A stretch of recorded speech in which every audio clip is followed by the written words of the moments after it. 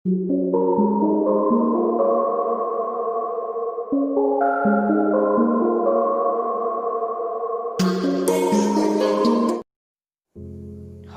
Praise the Lord. सभी को एक बार फिर से प्रभु यीशु के मधुर नाम से जय मसीह की बोलते हैं। अजीजों, आज हमारा जो नया टॉपिक है, नया विषय है। आइए उस विषय को शुरू करने से पहले हम एक आयत पढ़ लेते हैं। हम पढ़ते हैं निर्गमन की पुस्तक, उसका 8 अध्याय, उसका 19 वचन। यहाँ पे लिखा है, तब जादूगरों ने फिरौन से कहा, ये तो परमेश्वर के हाथ का काम है। तो भी यहोवा के कहने के अनुसार फिरौन का मन कठोर होता गया और उसने मूसा और हारून की बात ना मानी। अजीजों, हमने इधर वचन पढ़ा है, परमेश्वर ने फिरौन के मन को क्या कर दिया? कठोर कर दिया। आज हमारा जो टॉपिक है, परमेश्वर फिरौन के मन को क्या कर दिया? कठोर कर दिया। आज बहुत बार हम भी जब परमेश्वर की बातों को नहीं मानते, परमेश्वर की बातों को मानने का मतलब जब हम उसके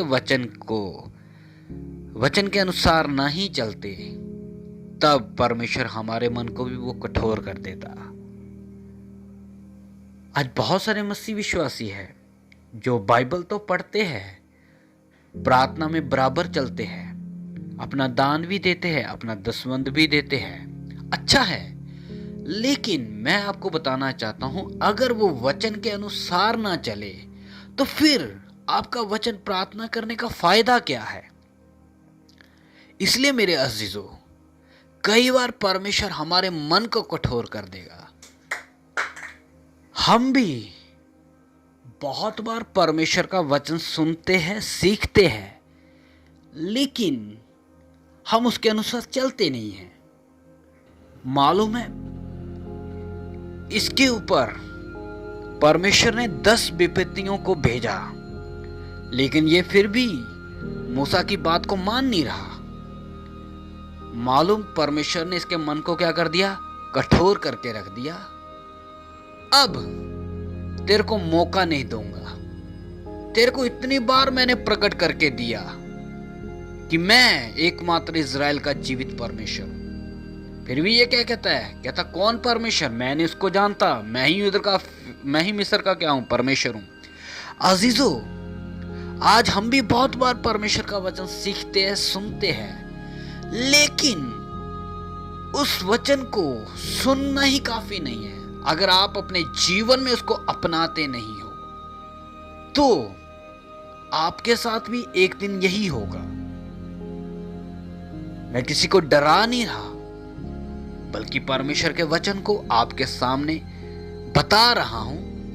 परमेश्वर ने फिरौन के सामने प्रकट किया कितनी बार, लेकिन फिरौन नहीं माना।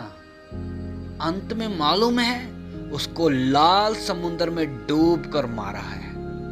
आज उसी तरह अगर मैं और आप परमेश्वर का वचन सीखते हैं, अगर नहीं मानते, हमारे लिए भी अनंत काल का आग का चूल्हा तैयार है। इसलिए मेरे अजीजों, मेरे प्यारे भाइयों बहनों, कृपया कर आप अपने मन को कठोर मत करें। इसके लिए हम एक और वचन पढ़ लेते हैं। आइए, नीति वचन 28 अध्याय, उसका 14 वचन। नीति वचन 28 का 14 हम इधर पढ़ते हैं, परंतु जो अपना मन कठोर कर लेता है वह विपत्ति में पड़ता है। जो अपना मन कठोर कर लेता है वह विपत्ति में पड़ता है। इसलिए मेरे अजीजों, जो कोई मनुष्य परमेश्वर के वचन को सुनकर अपने मन को कठोर कर लेता है, मन को कठोर करने का मतलब परमेश्वर के वचन के अनुसार वैसे नहीं चलता, वो अपने ऊपर विपत्ति को लाता है। इसलिए मेरे अजीजों, मूसा को जब परमेश्वर ने व्यवस्था दी, परमेश्वर ने मूसा को बोला, अगर तुम मानोगे तो ये आशीष है, अगर नहीं मानोगे तो ये तुम्हारे लिए श्राप भी बन सकता है। इसलिए अजीजों, आज प्रभु के दास आपको वचन सिखाते हैं कि हे अजीजों, ऐसे नहीं, ऐसे चलना है। लेकिन हम भी कई बार हम क्या करते हैं, उस बात को क्या करते हैं, हल्के में ले लेते हैं उसके लिए मैं आपको एक और आयत पढ़वाना चाहता हूँ। आप जरूर उस आयत को पढ़ लीजिए, अपना बाइबल खोल लीजिए, गलातियों की पुस्तक उसका छठा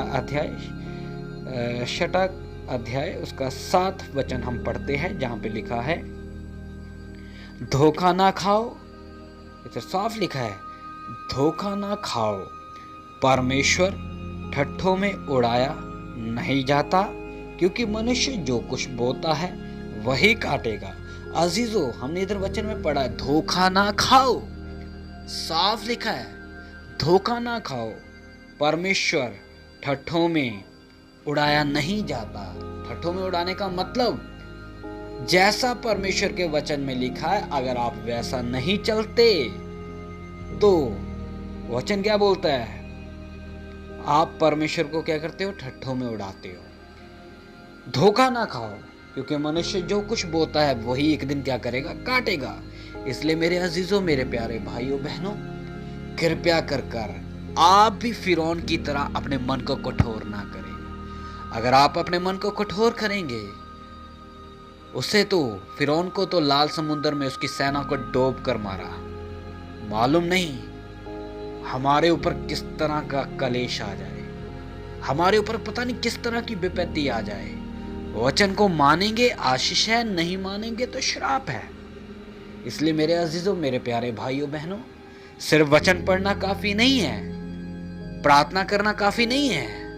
अगर आप उसके अनुसार अपना जीवन नहीं गुजारते, अगर आप उसके वचन के अनुसार नहीं चलते, तो कुहाड़ा क्या है, जड़ के ऊपर रखा है, वो काटेगा। इसलिए मेरे अजीजों, वचन में लिखा है जबकि उसने स्वाभाविक डालियों को ना छोड़ा तो तुम्हें भी ना छोड़ेगा। इसलिए मेरे अजीजों, आप अपने मन को कठोर ना करें। जिस तरह प्रभु का वचन सुनते हो, सीखते हो, उसी के तरह अपना जीवन परमेश्वर के आगे समर्पित करें। परमेश्वर से फैसला करें, परमेश्वर के लिए परमेश्वर से प्रार्थना करें कि हे प्रभु, मैं अपने फैसलों को बदलता हूँ, मैं अपने जीवन को बदलता हूँ, मैं अपने मन को कठोर नहीं करना चाहता, इसलिए ताकि मैं किसी भी विपत्ति में ना पड़ जाऊं। इसलिए मेरे अजीजों,